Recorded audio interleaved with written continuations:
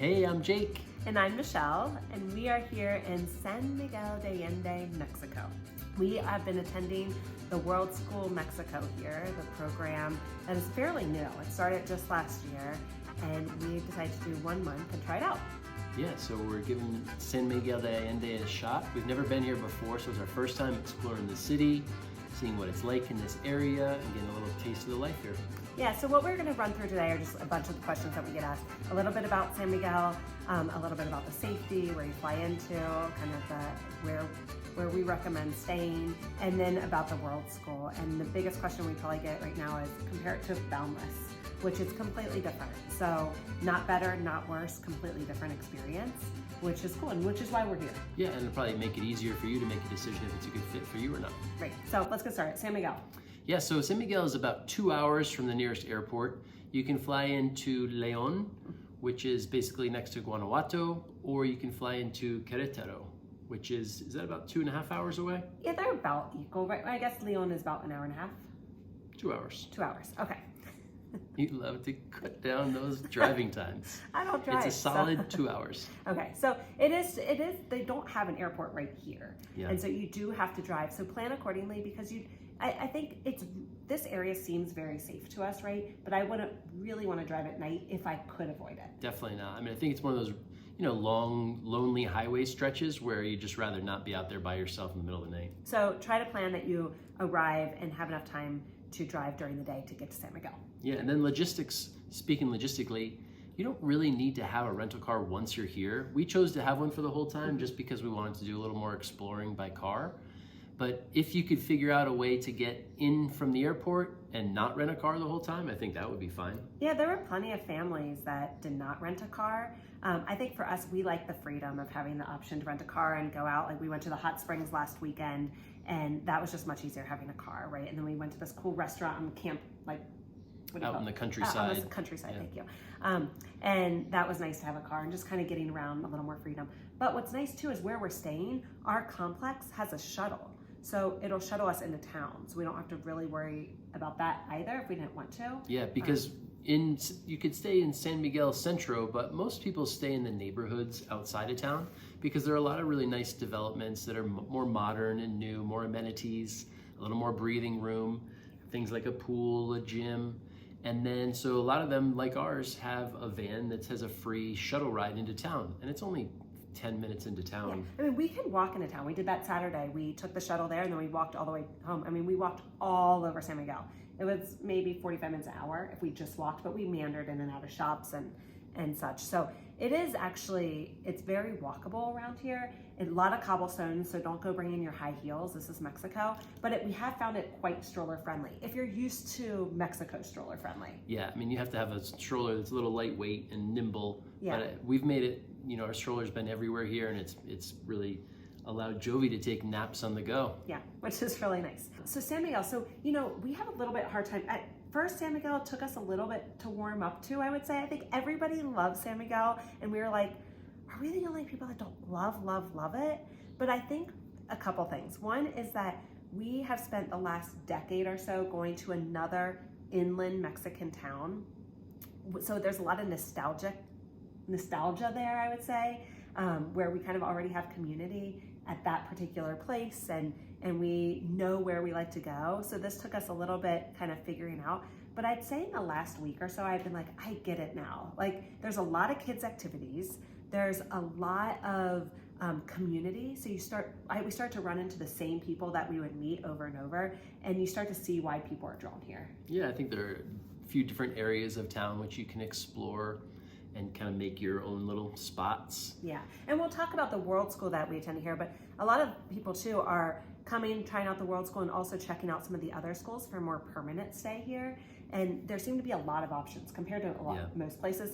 Seems to be a lot of good options for schools here, both high schools and primary level schools as well. Yeah, and they're more local schools or local with international flavor to them, but they're more permanent setups for sure. Yeah, so one of the things I think which gave us a little bit of a shock value at first was maybe that pricing all over the world has just gone up, but also San Miguel felt a bit expensive to us for Mexico.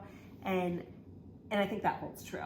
It is quite expensive. I don't think At first we were like, it's definitely New York, California pricing, and we heard that from some others, and we were like, is it just us or is it kind of expensive here? But I think like a lot of places, like it reminds me a little bit like when we went to Uruguay and we were a little shocked by the price, but then you start to find your places and you're like, actually, you know, everything seems to cost kind of the same, so I might as well go get like the organic, really high quality stuff. And that actually feels like a value to me. Yeah, and I think, you know, in general, the housing is pretty reasonable. Yeah. So since we're paying a little less in housing, not paying very much in rental car pricing, that the cost of food and groceries, restaurants is higher. And I think it's just because it caters to such an expat, you know, influx of people that are coming through here either on tour or just, you know, more permanent residents that have that, you know, North American income that can spend more money on food. And also, I mean, again, not to compare this to Uruguay because it's really nothing alike, except that it's a little bit more expensive, but with it you get safety. Like really, we have not felt unsafe here at all. Now, safety is like relative, and we always get a little bit nervous to say anything is safe, but it has felt very safe here. We're also not venturing out late night or anything like that, but we've walked around and I'm not looking over my shoulder and I'm not concerned. We're also not, you know, wandering out to the outskirts of town to some of the sketchier areas. We're not putting ourselves in these random areas, but I think in the center of town, it feels quite, you know, safe walking around. It doesn't feel like there's a lot of crime at all downtown. No, it just, it does feel like it feels safe to me. So that's been nice. What's also nice is you can find a lot of amazing boutique stores, but they're wildly expensive. I'm like, what? Are people actually paying $120 for this basic dress? I might as well pay $500 for that really cool piece or something, you know, because that is actually stand out. So, but there's quite amazing boutique shops. Like you can really find a lot of cool things here. Yeah, and I would say the prices are comparable or more than US pricing. Yeah, but what is also nice is we have found a lot of organic food, a lot of healthy food. There's an organic market on Saturdays at Sano Mercado, plus that Sano Mercado is open every day with various cafes and eateries and such inside that have so many amazing organic, gluten-free, you name it, type of options. Yeah, I wouldn't say you're getting the best produce around here. It's not, but you do have a variety of options. There are, I haven't really found like I usually find a farm or something to deliver. I haven't, but I think if we were staying longer, I have my eye on a couple that I think could have worked out. So there's also, of course, like most Mexican towns, there's the tiendas, which are the local market, and you can actually find some really good deals there. And that's sort of when all the people from the surrounding area all come into town and sell their wares in one weekly market. I mean, you'll find underwear to soccer cleats to strawberries, avocados, most delicious mangoes. You can get some tacos made there. It's just, this one is huge. Yeah, and it's football Sunday, field by football field by football field. It's gargantuan. It's fun to walk around. Sundays and Tuesdays for that. So we've also found a nice park here with a nice playground. They have basketball courts, nice to like meander through. We haven't gone to the botanical gardens, but I've heard that's really nice as well. We took a really nice walk up the hill. So San Miguel's part of the town's built up on a hill, which gives you really nice views looking over the whole plateau here. But that walk was great. I think, you know, if you're up for a little bit of elevation, we were able to push the stroller up the hill and have a nice walk to the top of the hill for a cafe and a view. Yeah, a nice cafe with organic that uses organic produce, cares about like the pots and pans that they use, my kind of place. There's also a lot of kids activities here, which is nice. Like there's horseback riding, there's climbing gym, there's Jagger plays soccer every Sunday. It's local and free. It's a bunch of parents and some local and expat kids kind of getting together on Sunday mornings for a couple hours, which has been really fun. Yeah. There's also Parental, not too far from here. I think it's about a 10-minute drive, I would say, and a swim club. We also had a swim teacher come and teach our 3-year-old how to swim. And while she was here, I'd had her work with our youngest for an hour and then our oldest 2 for an hour and teach them just how to improve their strokes and flip turns and stuff like that. So that was actually very convenient. And our 3-year-old actually learned how to swim, finally, which is amazing.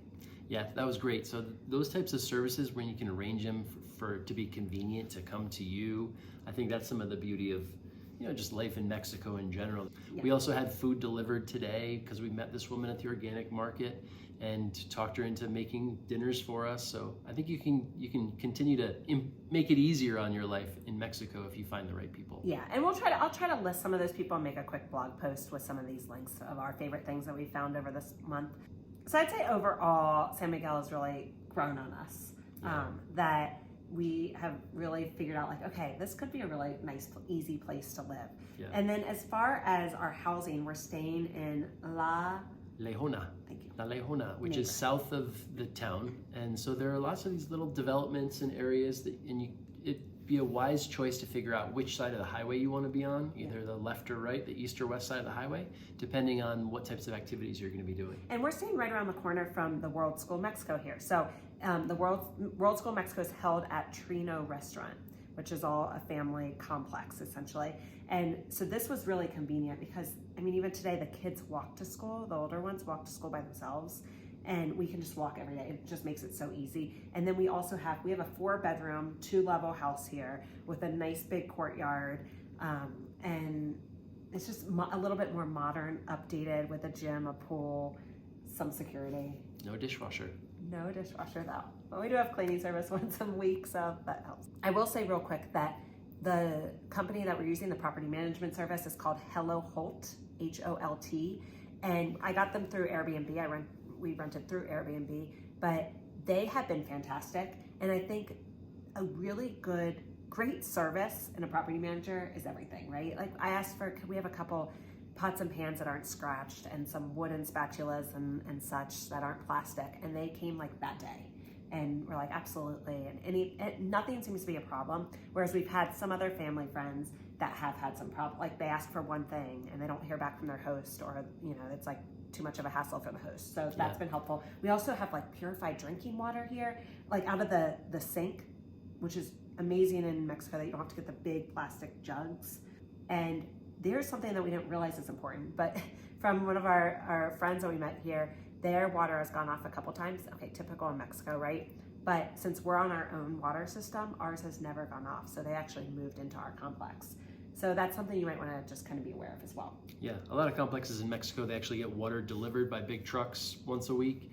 And so you have to wait for that truck to come and fill up the main holding tank for the complex. Yeah, and in their case, it was like some stuff that went on in the whole neighborhood. But since we were on our own system, we were never without water. So that was helpful as well. Okay, real quick also that there are some really nice grocery stores. There have been plenty of places that we've traveled in the world where we're like, it's a miserable experience to go to the grocery store and everything's dirty and dusty. But here at least they're bright and clean and nice. They're wildly overpriced, but they're big. And we even have gone as a family out to get groceries, and they have a little place that'll make salads for you. So we'll have salads for dinner. So it ended up being a nice evening out compared to some of the miserable experiences grocery stores have had around the world. Like you don't even want to go because you're like, I'm not going to find anything. These, at least, there are lots of options. They might be overly priced, but there's nice options, and you can eat there. They have like little cafe areas or little like restaurants within the grocery store that are actually pretty decent. Yeah. So let's get into Worldschool Mexico.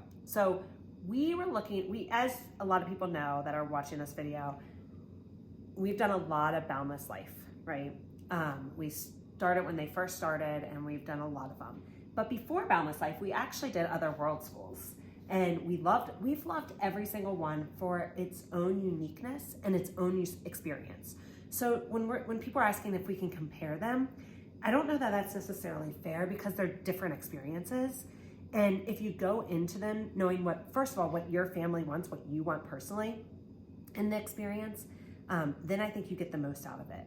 For me especially, and for I think our family, we just needed something a little bit more rustic, back to the old world schooling kind of roots where it's a little startup, it's a little bit evolving, and that's what we wanted. And so that's why we sought after some different world school. Yeah, and not all these world schools are trying to be the same thing. They're not trying to bring the same product to market. They're trying to give different offerings, give kids different experiences, have different values. And so I think that Worldschool Mexico does a great job of giving a different experience than all these other ones that we've been to. Yeah, and I think that's a beauty. That's what we were looking for. It's just like, let's just try something a little bit different, right? Not better, not worse.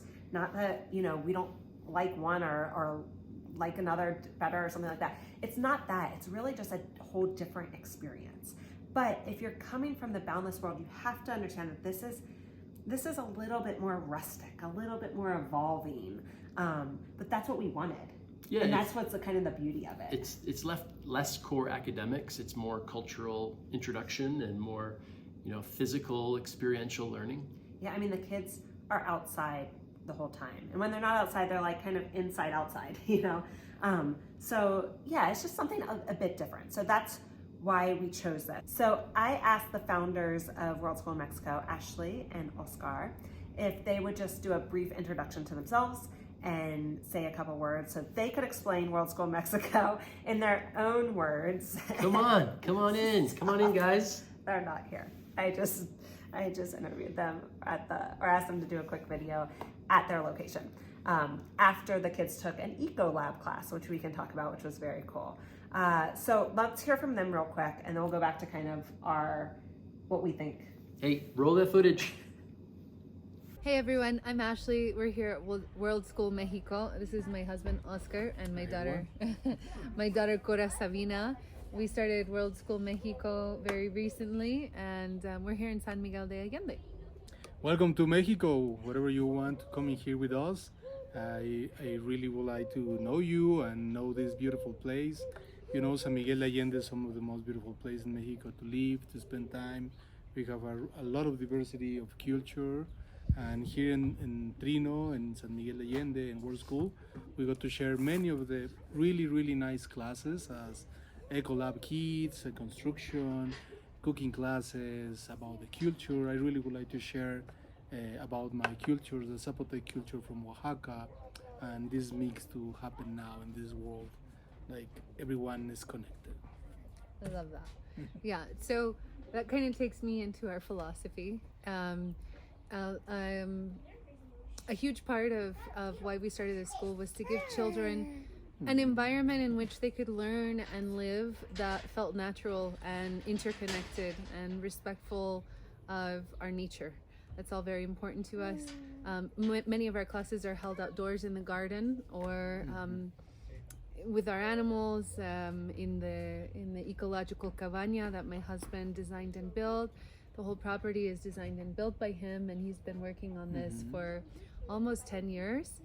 During those 10 years, I was traveling and putting on international wellness retreats and running businesses and doing all sorts of things in many different countries. So when I settled in San Miguel de Allende, which is a city that's totally full of so much talent and beauty, and that's why a huge reason I settled in here, I realized that I wanted to continue connecting with other like-minded individuals, other travelers, people seeking to live in harmony with nature, people seeking to live in harmony with themselves and their family.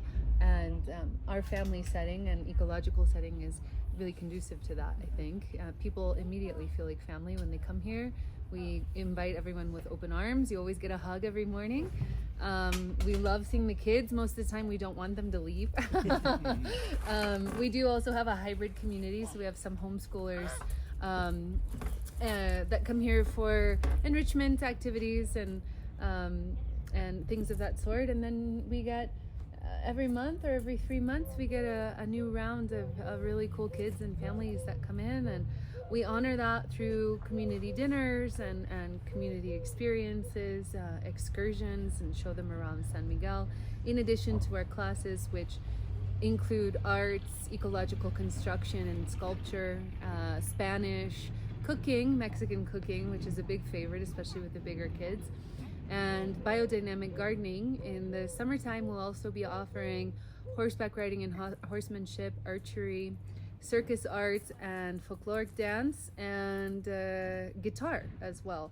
So we're expanding our class offerings to also include yoga. Starting this week, we're doing a trial class, which is really exciting, and we're constantly growing, and we really enjoy it.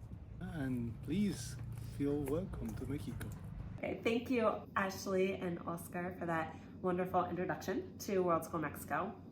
And so you can hear a little bit from them and then a little bit of our take on it as well, right?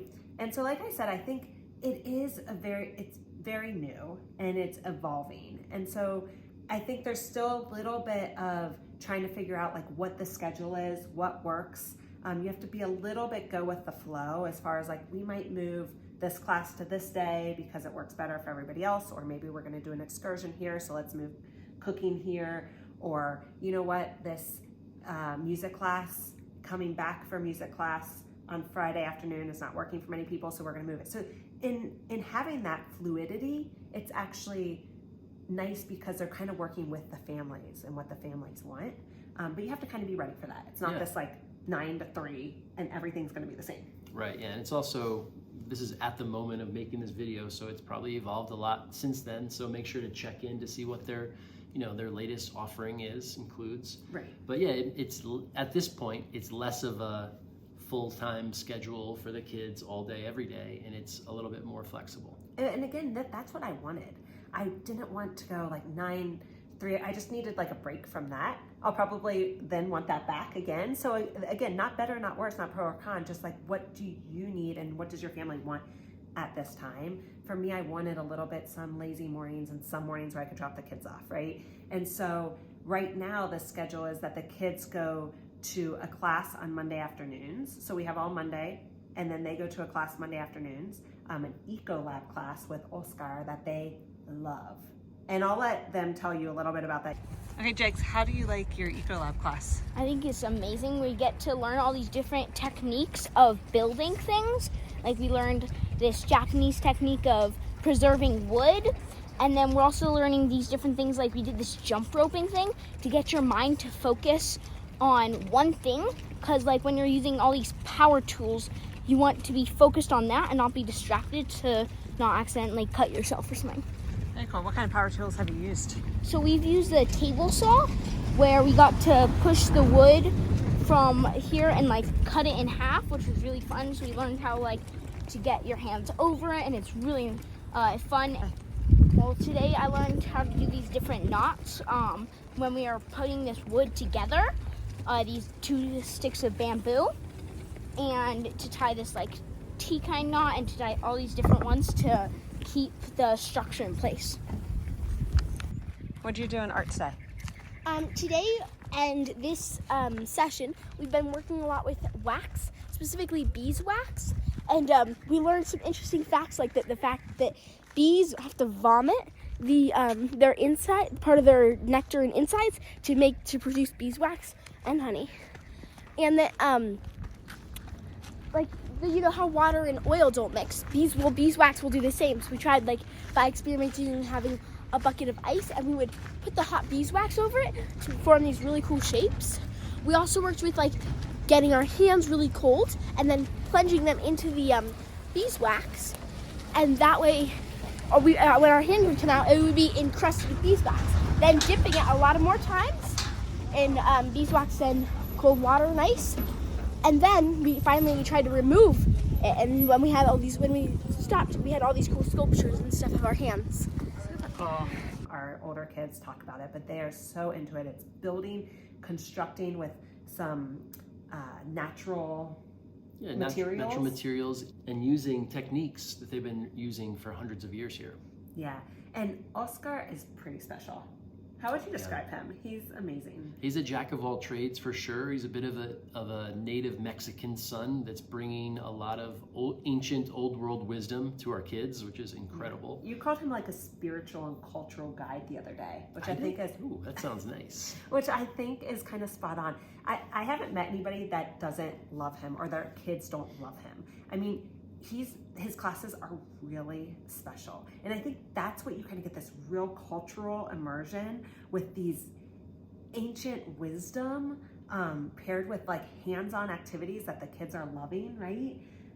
So I think his classes have been very special. Yeah, they're definitely physical, hands-on. The kids are, they're active, they're participating. Yeah. It's very engaging. Yeah.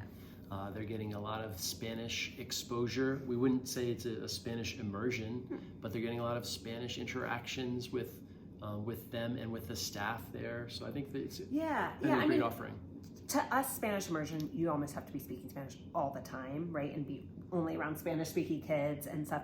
But they are getting a lot of Spanish interaction. Now, if your kids speak no Spanish, then it's going to be harder to get more of the interaction unless they are like go-getters and seeking it out. Our kids seek it out and aren't afraid to talk to anybody in Spanish. Our kids are the best, so what are you going to say? No, our kids have had a lot of Spanish exposure, so they seek it out. So I will say that if you're looking to come in and your kids are going to walk away speaking Spanish, I don't think that's in their program as of right now, but it might be. And I think she has said that some of the summer camps and stuff will be more immersive in Spanish and such. So right now, then the kids don't have any classes on Tuesdays. Again, this is probably going to all change, but I just want to give you an idea of what we are doing right now. So Tuesdays, they don't have any classes. And then on Wednesdays, they go from 9 to 1.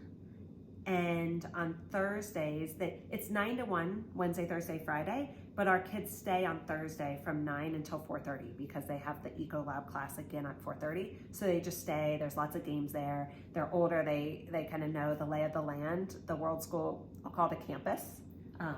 And so they stay with their friends and play.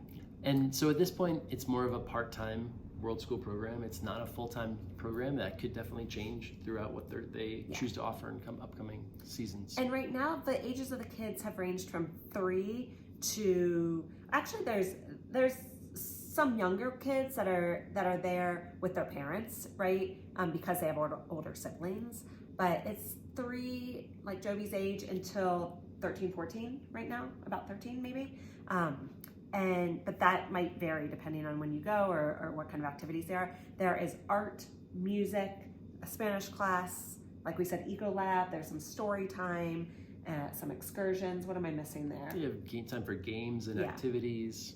And the setting is at the family's restaurant. So Oscar's dad, Ruben, one of the kids' other favorite classes, cooking class. He teaches the cooking class, and he is that's his restaurant. And so the Worldschool is set there in these beautiful gardens, and then they have like a house that they can play games in and do some arts and stuff in there as well.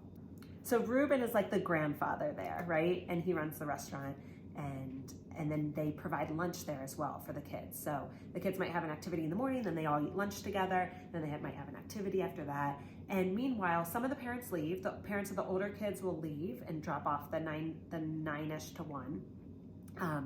And then parents, like kids that are 3, etc., like Jovi's age, I stay the whole time. We all stay because it's not quite there yet where I feel comfortable enough dropping Jovi off, and I think it would be a big transition for Jovi. He's not so great at drop-offs like that. He wants me there. So it's kind of perfect for me that I can be there, I can watch him, I can kind of be with him, but that I can also get some stuff done because he's engaged with playing with the other kids or doing art activity and such. So they have brought in some volunteers to kind of help engage with the younger kids, but they're still kind of working on what that model and what everybody's role is, I will say. And so it's definitely not for the younger kids at this point. I wouldn't say it's a drop-off program, but it is nice that you can be there, see your kids engage, and still get some stuff done. Yeah, and it's not like they have a co-working space, but they do have the restaurant space with tables and Wi-Fi, so you can get things done while you're there. Yeah, which has been really nice. So. And since it's a restaurant, we asked if they would put together a meal plan for us. And so they, at the beginning of each week, they prepared a bunch of meals and sent them home with us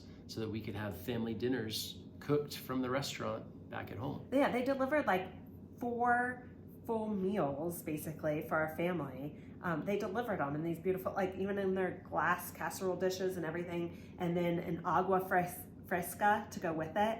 And it was fantastic. And it was delivered, and I didn't have to cook those nights. Yeah. So definitely ask them about that too, which could be an option for you and your family, which helps a lot. Yeah, definitely incredibly full-flavored, authentic Mexican moles and chile rellenos and just amazing meals. And I asked them, like, could you please cook not using any vegetable oils and such. So they did do that as well. So I'm sure they could kind of work with you if you have any dietary restrictions. Yeah. So overall, is this a place that you would recommend others bring their family to? Yeah, I mean, we've had a fantastic experience. But again, when I say like recommend, just like we say in all of our other videos, it's like, what are you looking for? This is so important. It's like, Are you ready for a little rustic world school startup where you can kind of really feel that like cultural, it feels like a family when you go there, right? You start to really get to know everybody in the family, and it's a little bit more fluid. I was ready for that. I wanted that. And so this has been perfect for us. If that's something you're wanting, this is going to be great. And it's just a cool experience to come to San Miguel and have some activities for the kids, and then also have some free time to explore. Yeah, and have some family time to explore. I would say it's a great place also to come with another family that you know well, that you want to have an international experience with. Like the two families, you could rent condos or townhouses in the same complex so the kids can hang out during the day. You can walk to school together. So I do think it's a great opportunity for that. Overall, I think I would definitely come back here as a visit to do the Worldschool and to spend a little more time here. In the end, San Miguel de Allende, not my favorite place and not a place that I'm going to live forever, but I think for a visit and to spend time or spend a semester, I think it's great. Yeah, no, that's a really good point, is that this, compared to some other locations that we've been to where it's not as easy to find like a complex where you can have multiple families, you're right. This would be a great place to come with multiple families and all kind of stay together. I mean, even right now, our kids are out running around with another family's kids that just moved into this complex. So that would be really, really a bonus. I would come back here too. I especially like hearing Ashley. She has such a vision for different types of cultural exposures and classes and how she's going to build upon this. Right now, they're offering like a 1-month session, a 3 months, like a semester session, I believe, and then they're having some summer programs. And then she's also doing all these other excursions all over Mexico. I think in Oaxaca she has something going on, in Quintana Roo or Bacalar.